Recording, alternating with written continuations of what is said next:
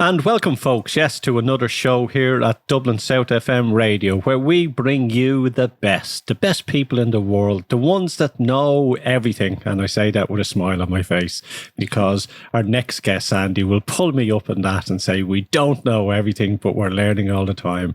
Andy Paul. He is an amazing man. I've known Andy many years, probably 5 years, Andy, believe it or not. He was the first person that came on my radio show. And when he agreed to come on, I was like a Cheshire little cat that had got the milk. Many years on, we have spoken through LinkedIn, and I'm delighted to bring Andy on again, especially that he has brought out his new book, which he will tell us all about. Andy, welcome to Dublin South FM Radio. Joe, thank you very much for having me. Always a pleasure to talk. Yeah. We think alike, or sometimes we disagree, but that's what it's all about. It's what it's about. Andy, I'm going to ask you a question. Sure. Sales. Last 2 years, have you seen that people now are coming out of a pandemic, especially in Europe, and those days of order taking, which is no needing to sell, is changing, and people now have to go back to sell? Yeah, great question. I was having a conversation about that the other day. Is like, yes, business got done during the pandemic, but what was missing, right? What didn't we do? Because I think there's, to some degree, sort of this level of self-satisfaction on many companies' parts. Is like, yeah, we survived. We grew, maybe. Let's just keep doing this. And it's like, yeah, I don't think the situation stays the same. I think there will be changes. I'm already seeing demands from customers to have sellers come back. You know, they want to meet with salespeople. It's small, but it's growing. I mean, because companies go back to the office, because one of the reasons is there's just a difference. Yeah, you can do business remotely. I've done business remotely for my entire career, selling overseas, from the US to countries outside the US, mostly on the phone. But there's always a good reason to go meet somebody at some point in time that helped either move the deal forward, solidified the relationship. And I think people have missed that, quite frankly. Yeah, I think they have. But what we're finding here at the moment is there's going to be a supply issue. You know, there's a lot of sanctions coming in Europe. There's been 2 years of COVID has shut factories down. Right. So there's a supply issue. Let's look at example, the motor industry. We know that the motor industry, that Skoda in, I think it's Hungary, said it's going to close its factories for the time being because of what's going on over there with supply. We know that the microchip in certain cars weren't available. So that then makes items scarce.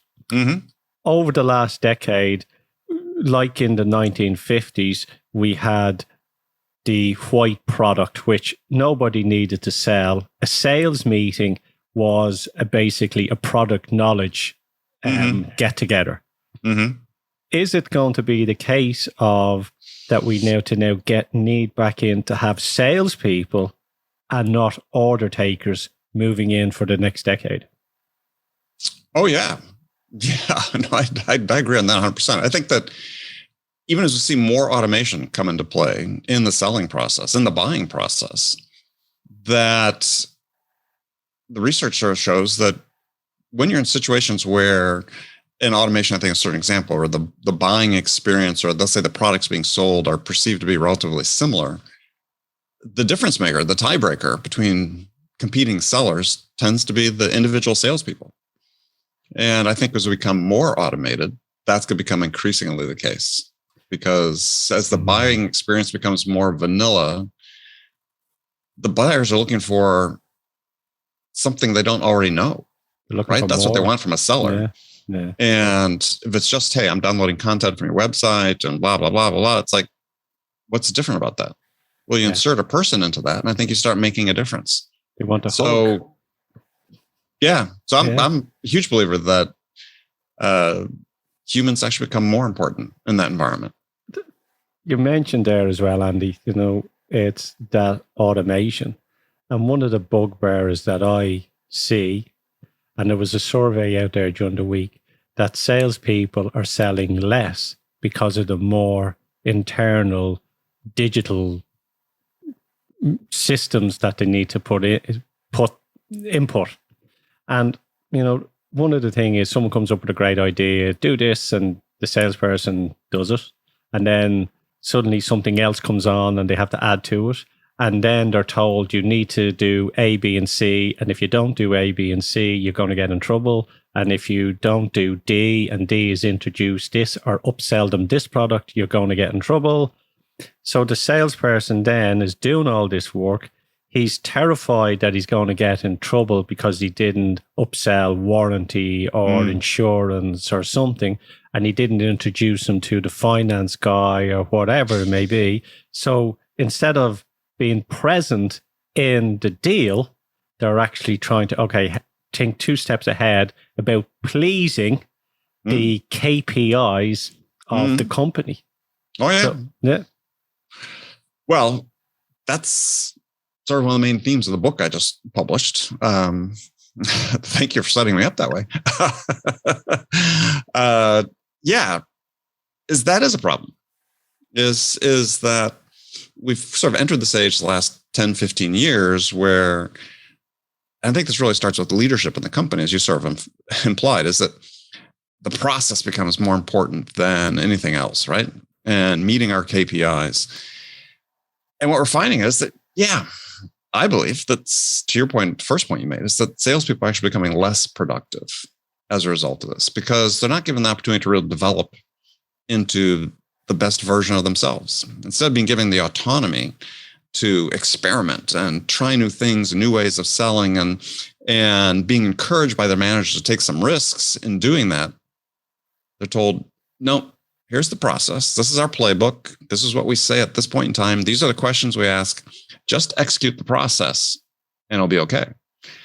But we're dealing with humans, so we're not interchangeable cogs in a machine, and this is not an assembly line work. As much as many people would like to make sales assembly line work, it's not. There's always, me talking to you, that's a unique interaction. We're 2 of 7.5 billion people in the world. Is what happens between us is going to be unique between us. It can't be replicated exactly from person to person. It's like a very good friend of mine, John Murray, takes photographs of people and he says, what you see in the mirror is completely different to what other people see when they see you, so, and that's it. It's that energy between 2 people. But here's something. I was going to do a blog on this. When I was younger in sales, you and me are seasoned salesmen. We've started, I knew I was getting into sales at 13, the IBM days really, educated yourself then as well. So, I'd lay out my suit. So I'd get out of the shower, I'd lay out my suit, my belt, my shoes, and I'd put it on like I was putting on an armor to go into battle. And the shoes shined, everything ready. I was ready to take on the battle. And looking back now, it was never a battle. When I was relaxed and speaking to people, I was genuinely, hitting their wants, their needs, and their desires, whatever they may be. But going into it that morning, and I kind of went, what such a negative approach to have, putting on all that all the clobber, as we say. Yeah. And it was because at that time it was the die eat, the fit to survive, those, I'm trying to think of some right. Yeah. Fuzzy phrases. Yeah. Okay. So all that. And I kind of went, do you know what? The illusion that we even had as salespeople believing that, and what people say now today, that I hate selling, but I like helping. I don't like to sell, because we've created that the belief in selling has resistance, and it doesn't. Would you agree with that or disagree? Yeah, I mean, if I understand where you're going, I think that along with putting on that armor, as you talk about, is we assumed a mindset. And that mindset was about a certain perspective about what our job was and the way to execute it in a way that buyers instinctively resisted. and it's still the case today, right? That these traditional sales-centric, pushy, semi-uncomfortable, manipulative techniques that everybody's taught. Yeah, the experience on the buying end has always been negative. And I think it's a large period of our history is buyers make the decision to buy despite the salesperson, not because of the salesperson. Yeah. And I think this is something that needs to change. Is as an individual, you want to be an affirmative part of the decision, and not that they're making the decision because of or despite you. You want to be liked. Something I learned a long time ago was if you like people, they like you, and if they buy off you. And it was never sell something, help the person make the decision. That was it. Right. Yeah. Well, that's why I think that I lay out the dichotomy in my new book is, for most salespeople, you ask them, what's your job? They say, well, my job is to persuade somebody to buy my product or service. And I think it's sort of 180 degrees from that, more what you were just saying. I think my job and the job of a salesperson is to listen to your buyer, understand what are the most important things to them, right? In terms of the challenges they face and the outcomes they want to achieve, and then help them get that. So find out what's most important to somebody, help them get that. That's the mindset you want to have going out as a salesperson. Do you think that's lacking? Like you and me know, you go into even the language I'm using now, you have a sales presentation, and you listen and you listen and you listen. And then you find out, what they need, what's wrong, why they, have these problems, whatever you want to call it. And then you address what those problems are. But you're saying that, does that not happen? Have I lost the plot? Yeah. I mean, so here's what it breaks down. Because I've been on, podcast tour to promote my new book and been on many, many shows. And on 2 occasions, guests who are themselves sales leaders said, I love the book. I get it. This is the way we should sell. But I've got a quota to meet. And silence. So and so what you're telling me is as a salesperson, as a sales leader, in order to hit your number, you've got to indulge in bad sales behaviors. You've got to be salesy. You've got to do the things that buyers resist. And that's implicit in so many people. They think, this is great. But when push comes to shove, I got to indulge in bad sales behaviors. It's like, you don't, right? I mean, if you leave yourself in that position and you sort of train yourself and your buyers that that's what's coming, that's going to be your habit. But trust me, it doesn't have to be that way. And actually, as I describe in my book, the path to a shorter decision cycle is through what I describe is by listening, make sure you really understand what's most important to the buyer and then helping them get that. And the way to do that, you'll actually compress their decision cycle, not elongate it. Honesty. I selling for years and never trained, selling, winging, selling. And then was properly trained how to sell. And it was consultative selling. And I still believe that, to me, that is the best way to sell. Okay. So I would then learn, it would come in to muscle memory because I would practice it. So it's muscle memory into me like Kung Fu. Okay. So then it doesn't come across fake in any way. Yep. So I would switch off, not knowing that I was selling, but I was helping the person make their own decision on what they needed to do. And I would hit my targets, I would make money, and I won, prizes, gifts, top sales, everything. And never once was I taught that I was selling. But what I noticed as well, the momentum and the energy of me doing this created something in the ether that just brought more and more to me. And then the referrals kept coming in from the people that I was selling to, and everything just exploded. Right. Yeah. Well, I mean, think what you did is you created, I like to look at it from the buyer's perspective, is you created this positive experience for them. Yeah. And there's been multiple studies on this, Gartner, Challenger, Forrester, all the big analyst firms saying, when the products are perceived to be similar by the buyer, what's the tiebreaker? The tiebreaker is the buyer's experience with you as a salesperson. In fact, in the Challenger sale, they talk about 53% of the buyer's decisions based on their interaction with the individual seller. So, okay. So the situation you described is sort of the exemplification of that. Is it was really, at the end of the day, it was about you. True. Assuming your product did what they needed to have done. Yeah. Radioactive material. Yeah. For painting your walls. Right. Then it became down. It all became down to you. Yeah. Well, it's honorable. Honorable. I think that it is. But yeah. But I mean, it's not it's interesting. There's this dichotomy between what's sort of, in some cases, what's taught and then what's practiced. And this is really a failure of leadership. To the question I said before, a sales leader saying, well, yeah, this is great, but when I've got a number to hit, all bets are off. No, that management style could, if they looked at it, if they were coached and looked at it from a different perspective, they would get better results. Yep. Have the guts to get rid of the toxicity.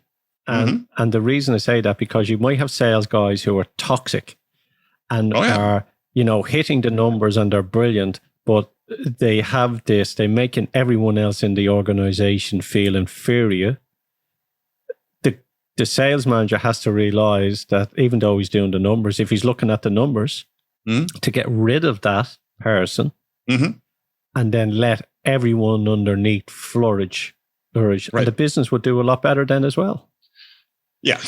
Well, I mean, you work with small businesses, and I've, as did I for a long time, in my consulting practice, small, mid-sized businesses. And it was very typical to come in and there'd be, one salesperson. Oftentimes they'd sort of been in there early, and they had all the good accounts. They had, a lion's share, a disproportionate share of the revenue they were producing. And they were holding the organization back, just as you described. And in those cases, either you get rid of them or you take accounts away because they're not servicing the accounts appropriately or whatever. But that can be a huge impediment for a company trying to grow. Absolutely. The beauty, what companies don't realize, if you get rid of that person, the company that they were serving, probably 70% will stay with the company and not the person. Oh, absolutely. Yeah, I think it's I think it's a big fallacy that customers follow salespeople. Yeah, they stay with the company. And when I talk to CEOs or hiring managers saying, look, we're trying to hire somebody that's got a big network, a big book of contacts, and so on. It's like, no, don't do that. Because it doesn't transport well. No. It rarely transports. It doesn't mean there aren't exceptions, but in the main, it does not. Customers don't follow salespeople. I had Benjamin Delaney on in a previous show and part of this sales series that we're doing, and he calls himself the most hated salesman in England. Sales trainer, and sales trainer. I've seen his stuff. And he's a good guy. I've known him like yourself, and he was saying to him, "Have you write a book?" He goes, "No." He says, "I haven't wrote a book because everything I know about sales, I could write on one sheet of paper." He says, and I would need to bulk up the other 340 pages with something, he goes, and I'm laughing at it, because you and me know when you fine-tune the sales process, you could literally write it on a piece of paper. Sure. Yeah. But the book has to give that mindset and understanding and all the other different pieces as well. Examples. So my question to you is, why did you decide to write this book? Were you frustrated with the falseness and the crap that's going on out there? I decided to write the book because I believe we weren't getting any better at this. Almost to a point you brought up early in the conversation. Maybe we were even getting worse at selling. And why? And we sort of hit this point in the early 2000s in this last decade, is that this belief that somehow if you just take what we were doing before in the sort of pre-internet days, and these what I call the bad sales behaviors, the salesy sales behaviors, and if we just automate them and do more of them, we're modern sellers. Do you mean like lead generation? That's what I mean inbound. Well, it's not just inbound. It's the way that we, it's one thing to be a salesperson. Let's say you're out in the field, and that's a pre-internet days, and you're making cold calls in person, knocking on doors, and you weren't terribly prepared. But the impact of that was, you called on 10 people today, and you were unprepared. Now I'm going to email 50 people a day that I'm unprepared for. I'm going to pitch for that's not a personalized outreach at all. And I'll give you my favorite example is so your audience may or may not know is I've got a podcast, and gosh, we're up to 1,043 episodes, something like that. Been doing it for a long time. And I get a direct message on LinkedIn, on my LinkedIn inbox. And someone said, look, I was just looking at your profile on LinkedIn, and I think that you would make a great candidate to start a podcast.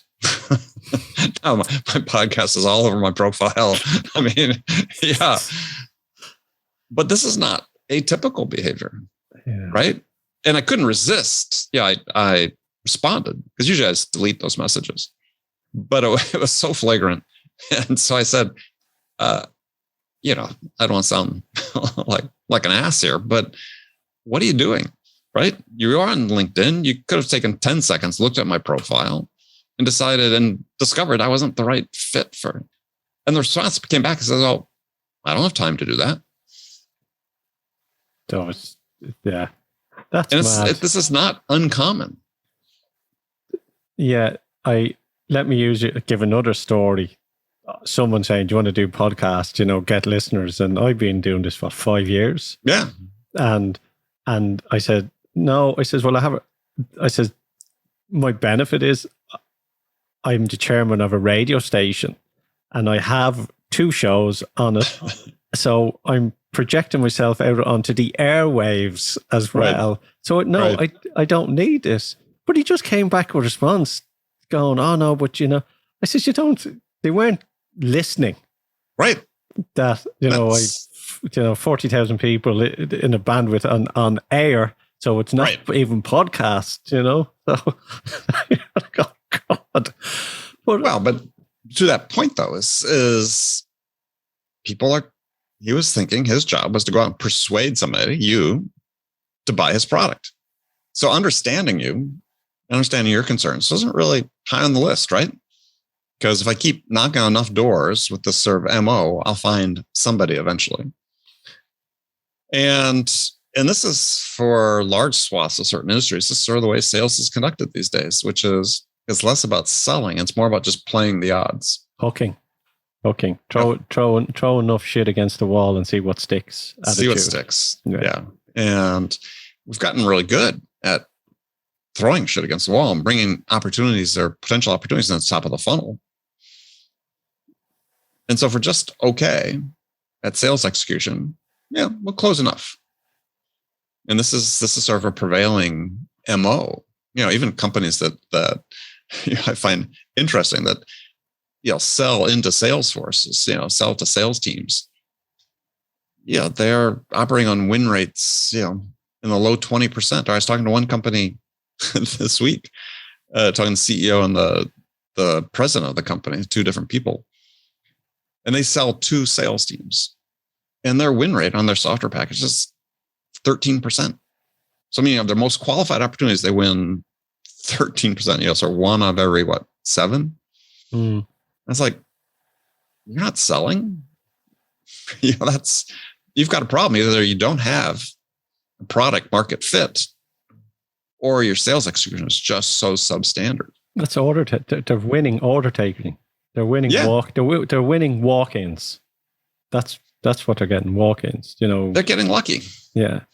They're getting lucky. So it's here's part of the desire of the book was to change that and say, look, there's a really simple framework you can apply. It takes work, but if you focus more on, I said, creating a positive buying experience for the buyer instead of just being all about you, it's a good way to start changing things. Here's an example for you. Mm-hmm. There was a company who went into lockdown and had sales teams, and the sales teams couldn't go out on the road. Mm-hmm. And before the lockdown, they were too busy servicing their customers to sell. Now, this was Benjamin was telling me this. And then when they got into lockdown, they couldn't serve their customers, but they weren't selling. So they got rid of the X amount of staff and concentrated on the ones. So the lockdown was a blessing to them, and helped the company grow. Right. Now, the biggest thing that I get asked from people is, how do I get customers? We can help someone with the presentation, but the thing that they have, the issue that they have, is getting the people to have those presentations with. What would you say to them? So challenge is getting meetings with the right prospects. Like, are they cold calling? Who knows? Are they using inbound? We've spoken about this before. The inbound marketing and hoping you set it up and hopefully that those, what did you say years ago? Was it the leads under the Christmas tree? Did you say that to me or something? Or no, actually, I was saying leads like an ATM machine. Yeah. Jed Blunt said that to me, actually. Yeah, all right. Yeah. He's a good guy. Today it really depends on who you're calling on, right? Who your targets are. I think what most companies found is that it's sort of a omni-channel or multi-channel approach to people, right? That you sort of have to use a combination of being proactive and reaching out to people with doing some sort of marketing that might generate some inbound leads combined with social. I mean, you just have to sort of find out for the people you're talking to, what's going to be the most effective way. Now, for me, I do a lot of things on LinkedIn. I reach out to people and initiate conversations there. And then we'll move them to actual conversations. But that works for me and the people I'm targeting. In other cases, maybe you have to do more on the phone, pick up the phone and make calls. It depends. It depends on the marketplace that you're in. Right. And like yourself, LinkedIn, it's reaching out to people. I've noticed that when I reach out to people, I try something and it works. And then suddenly that same approach fades. And then I try something else and I get nothing. And I go, And then I tweak it. So it's constantly tweaking something within the parameters of what's going on in the world to be realistic. Yeah. Well, I've one of my favorite quotes is from the American philosopher Ralph Waldo Emerson, alive back in the 1800s. He said, all life is an experiment. The more experiments you make, the better. Mm-hmm. The journey. And that's how you have to treat sales. When it becomes a system, when it becomes this overweening process that people are supposed to comply to, then you start losing the ability to experiment. And then what I see is that productivity goes down. Fakeness. Yeah. The whole fake it till you make it. I disagree with that totally. I think you try to do something until you get better at it, but don't fake it. That whole illusional garbage. People see through it, right? Your prospects that you're selling to, they're humans. They get it. If you're trying to put something over on them, they get it. unless they're in the metaverse. Yeah. Whole other topic. Yeah, there's some people that are going hard down that path, thinking that's the way sales is going to go. I think I'll hold off on that. Hopefully, I'll be retired. The book. Yes. A lot of research.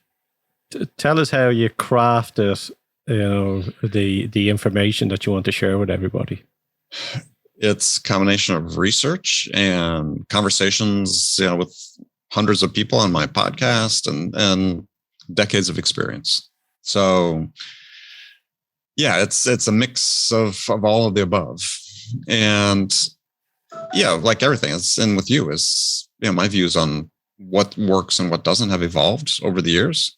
And I'm a huge believer that, who's that in the background there? That is Charlie. Hey, Charlie. My 8-month-old pup, which, everybody, he's come part of the show. He's always up there. And people have basically, gone, God, what's Charlie doing today? But every time I come down and I see him, Andy, in the morning, he's got bigger. He's like a horse. He's grown. Yeah. Well, he does look big. I would have thought he was a fully mature dog.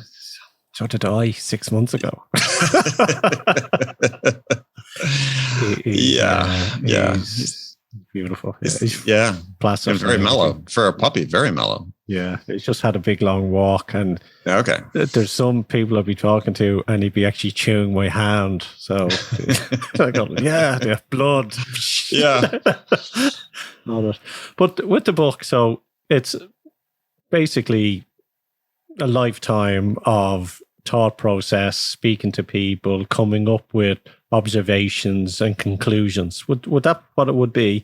Well, and actually it's a lot of research in as well. I mean, so I think you're like me, read widely, read about a lot of topics that are not sales specific, but related to sales, psychology, behavioral economics, and so on. And you've probably experienced in your career is certain things that happened and you couldn't really put words to them. And then like you read a book that's somebody had written and it's like, oh, so that's what happened, right?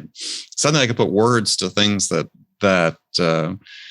I'd experienced. And in all my books, that's sort of been the case. I write about that. But yeah, I mean, I think it's important for people to understand not just how to do something, but the why behind the how. Okay. And so the book, then if I recommend a book, I haven't read it yet, but I will recommend it, and I'm going to get a copy of it because I know you a long time and I know it'll be worth reading. You.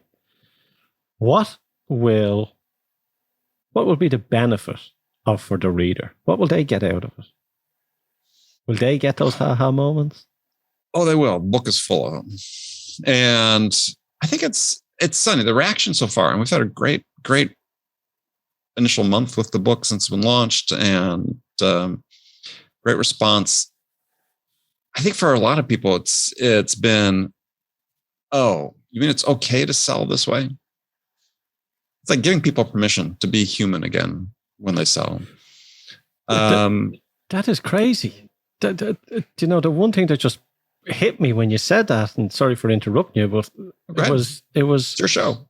It's my show. Hey, the one thing that hit me was, why do people need permission? And everyone stop. I don't like selling. I want to help. I want to help people. And they use all the, if you don't sell, you lose. If you're not actually selling, you lose business. So selling is good. So stop being, I don't know how to choose my words on the radio, stop being a wuss. Would that be it? Yeah. Well, no, I mean, it's sellers feel a lot of pressure to conform. And this is part of what's occurred over the last, I said, a big trend the last 10, 15, 20 years is to conform to a process, right? This is the way we do things. So here's our playbook. These are the steps we follow. Make sure you execute these steps precisely. Ask these questions and, only ask questions at this stage in the deal. And then we're going to proceed to the next stage in the deal. And it's like, with these processes, they've created a reality that doesn't mirror what the buyer is going through. And sellers have felt, yeah, there is a better way, but I'm afraid to try to go down that path because I've got these expectations. I'm supposed to hit these activity metrics and da da da da da da da, and my boss will be unhappy. And it's like, well, so what? No one cares about your career as much as you do. Screaming inside. Yeah, no one's as invested as you are. So if you're being asked to sell in a way that doesn't align with who you are, you have two choices. And I talk about this in the book. One, push back. Say, that's not going to work for me. I think there's a better way that I can do this and handle this situation or work with this customer. Hold me accountable for results, but I need the autonomy to go act on this, act this way, sell this way. And if your boss says no, then there's lots of other places in the world to work. Go find one, because there are companies that do it right. There are managers that are willing to give you that agency over your choices that you make about how to sell. Go find the right situation. It's up to you, right? But if you're just going to, and this is, I saw this early in my career, in my first sales training class, I talk about this in the book. After I was out of college, I joined this big tech company of the day and go to their sales training class. And my initial reaction is, holy shit, who acts this way? Right? What human being acts this way? And it's from that moment to me, it's like, well, yeah, I want to give this a shot, but I'm not going to do it that way. I can't do it that way. That's just not who I am. And my whole career has been sort of a series of situations similar to that. It's just like, yeah, there's great.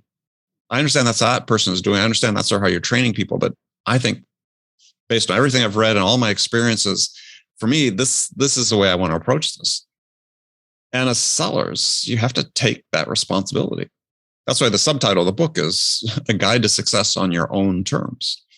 I think sales is one of the few professions where you should be having that creativity and productivity and autonomy to express yourself in a way that's unique to you, that builds on your strengths as a human being and your unique attributes.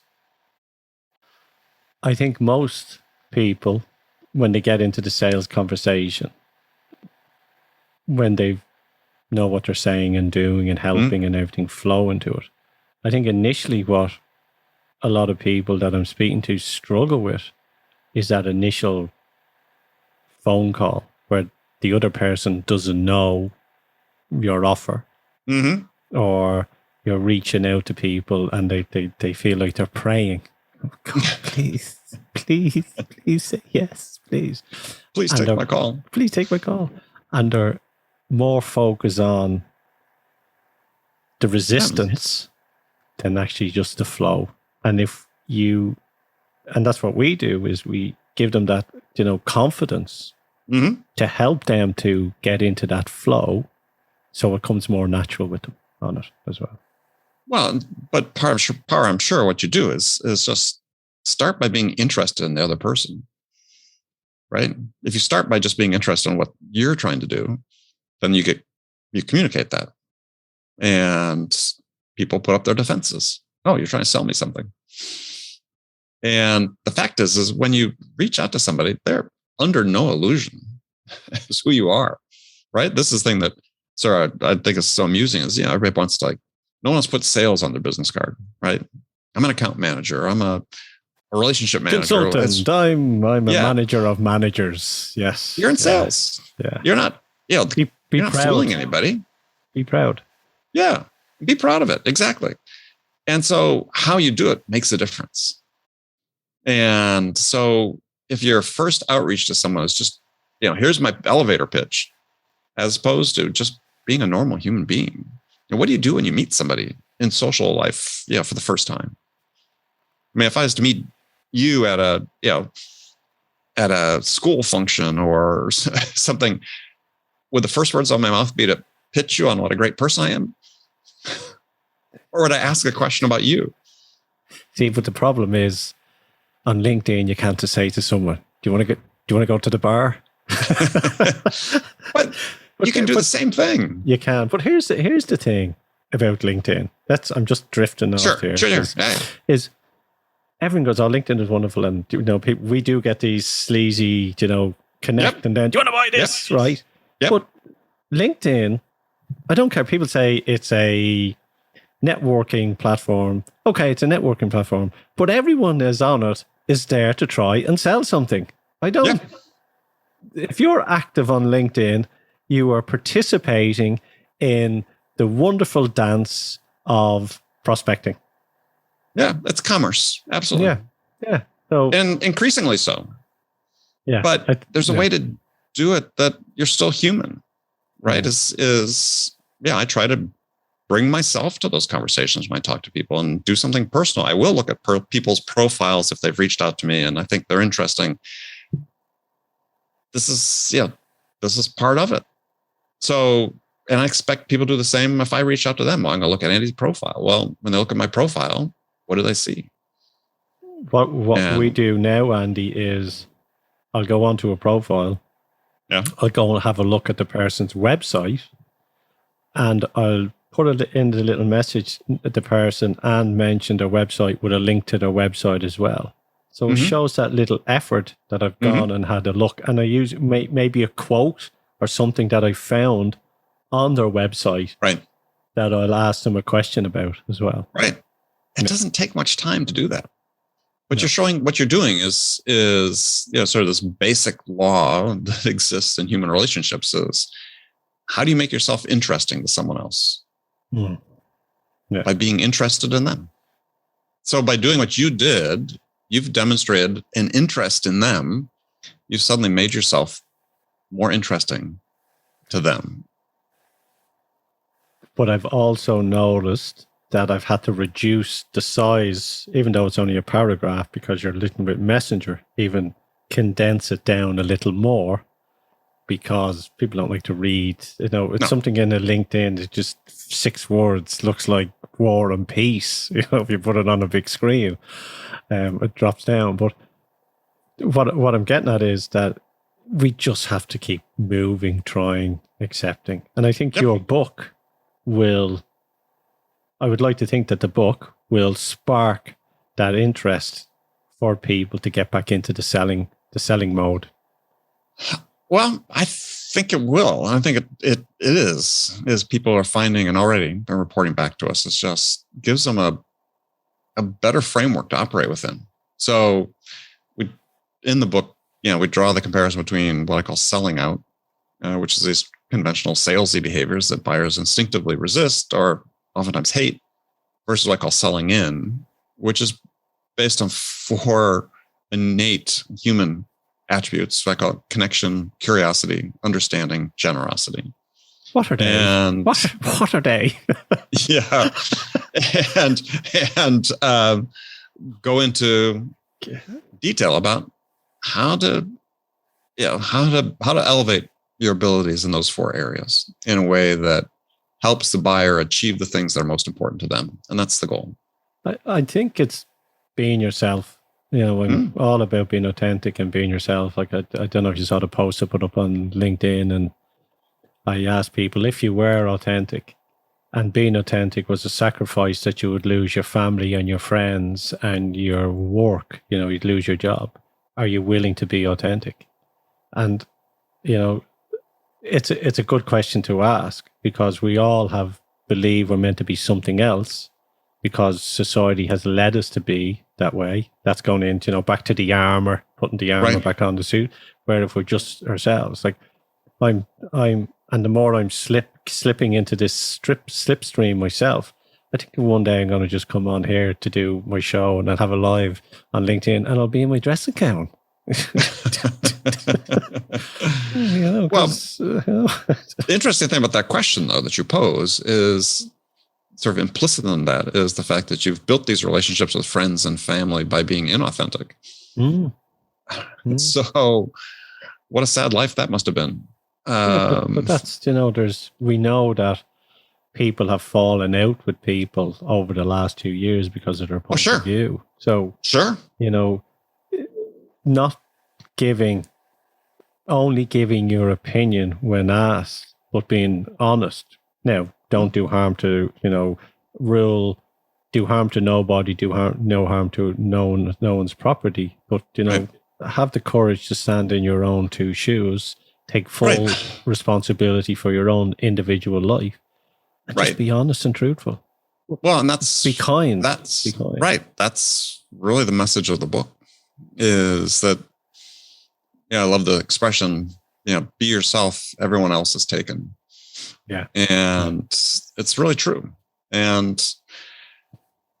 the story, it's not in the book, but it one that I've written about and it has gotten interesting responses to, is talking about my first job interview ever, for my first sales job.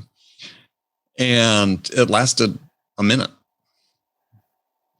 And so I was brought into the room. The job was ultimately to sell computer systems with accounting applications. In my case, I was selling to the construction industry. But I'm brought into the conference room by the hiring manager, and he asks one question. And I was expecting, well, tell me about yourself, or, some regular interview question. But he asks an accounting question. Fair game, because it was going to be a job where required some knowledge of accounting. And I'd taken accounting in college and done okay at it, but I was just not expecting that at all. And I froze. And after what seemed like an eternity, I said, forgive me. You have my college transcript right there. You can see I took accounting, but I just can't come up with the answer right now. So it's okay if I go home tonight, I'll look up the answer. I'll call you tomorrow with the answer to the question. With that, he closes his notebook, stands up, leaves the room. Not a word. I'm thinking, oh shit, I really messed up my first interview. And it's like, all young people, what are my parents going to think? And then a few months later, this other gentleman comes to the room and he introduced himself, and he said, he's the boss of the entire office.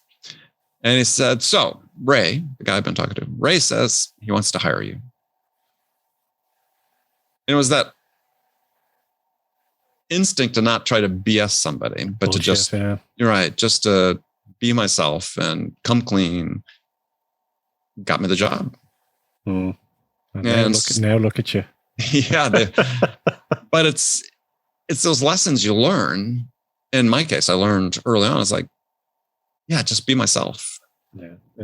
And even extend that when I started selling and I was out talking to CEOs and these entrepreneurs that founded these successful construction companies. I was 21. I didn't know anything, right? What did I know about anything? I looked 16 to compound it.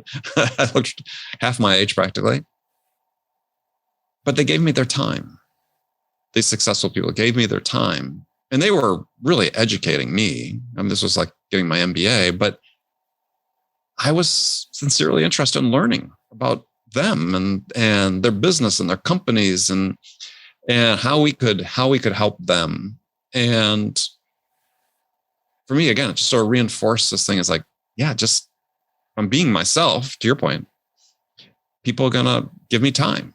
But that's the curiosity that you have, which made you a good salesperson. Like you said, we're both avid readers. We churn through stuff. It's the curiosity that keeps us going. But it's a sincere interest in other people, though, too. It's a curiosity. It's two halves on the same coin. I people said to me, "Oh, what do you do the podcast?" We know that people do podcasts, and if they don't do them they do them for 6 episodes or 6 months, and if they don't get anything out of them, they jack it in. They're gone, right? I've been doing them 5 years. You're doing them 7. And people say, "Why do you do it?" I says, "I'm crap at golf." But I'm too, as a matter of fact. But I'm good at this. So this is my hobby. This is my golf. Yeah. I don't need to bring someone off and make an ass of myself on the field. I can make an ass of myself here, but I'm connecting with them, Right. But maybe you've experienced this. It's for me, doing my podcasts, I like to say, is one of the most selfish things I've ever done, because I've had conversations with hundreds and hundreds of really smart people. And I've learned so much. And I continue to learn every day from having these conversations. Yeah, 100%. It's for me, I think the benefit I have is because the radio. So the radio, when getting guests, there's everyone is doing podcasts, coming in through, and people say, I can't get anyone for my podcast because there's freaking everyone doing them now. But there's that little edge of the radio. So I do get, I have that. That's the benefit of it. But I just get to speak to amazing people like yourself and, other thought leaders out there, just normal people. And when you speak to someone who has a company that, is a 10 million turnover, they've got thousands of employees, and you're speaking to them like this, you realize they're just normal guys. Exactly. They're just, and other people put them on a pedestal, like, the playboy, the Western world, and cut them down, and, and it's just, and the one thing that a lot of them have told me, that rank of CEO, it's a lonely job. They feel isolated, and there's no one there to share the information with, because everyone has them up at this level on it. Which is where you come in with the work you do with them. I mean, that's I found too with my consulting work is, I always get hired by CEOs, not the head of sales.